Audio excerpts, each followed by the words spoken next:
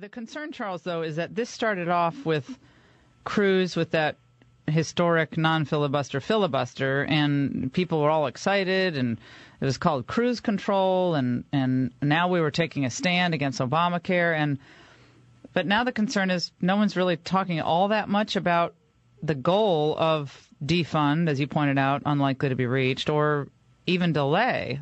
That's kind of on the back burner, and the story has really moved to, well, the national parks are shut down, and people are furloughed, and cancer trials are over.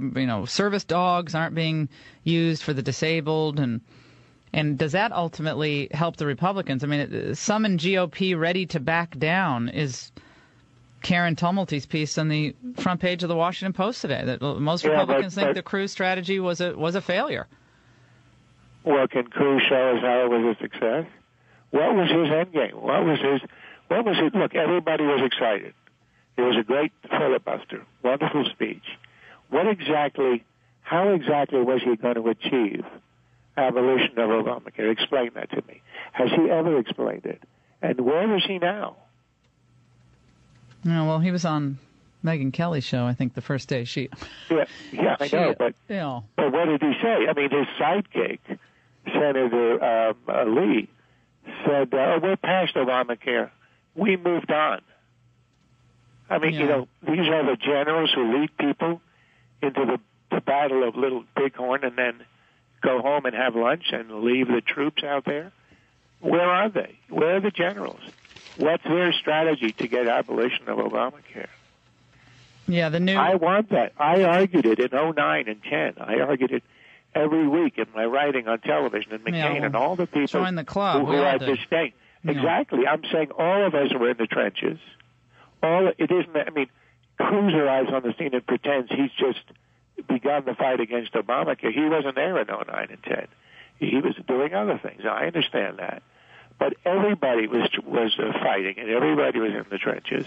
If you show me a way to abolish it now, I'll do it. But he never did. Well, I'm looking at the Gallup poll today. Just came out late yesterday, and now 28% of Americans view the Republican Party favorably.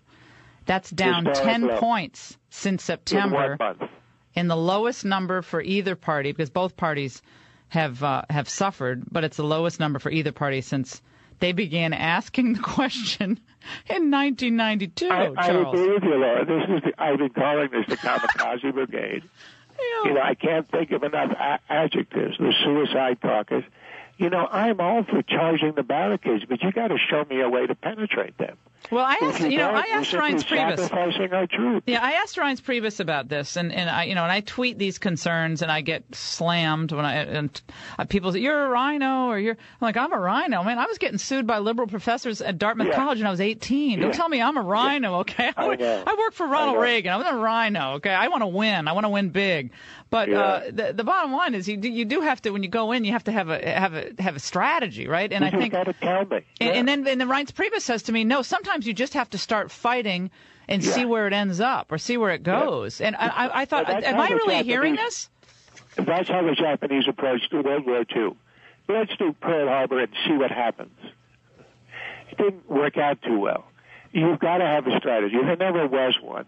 And people are saying the Republicans are in retreat. They're not in retreat. There never was a way to abolish Obamacare now.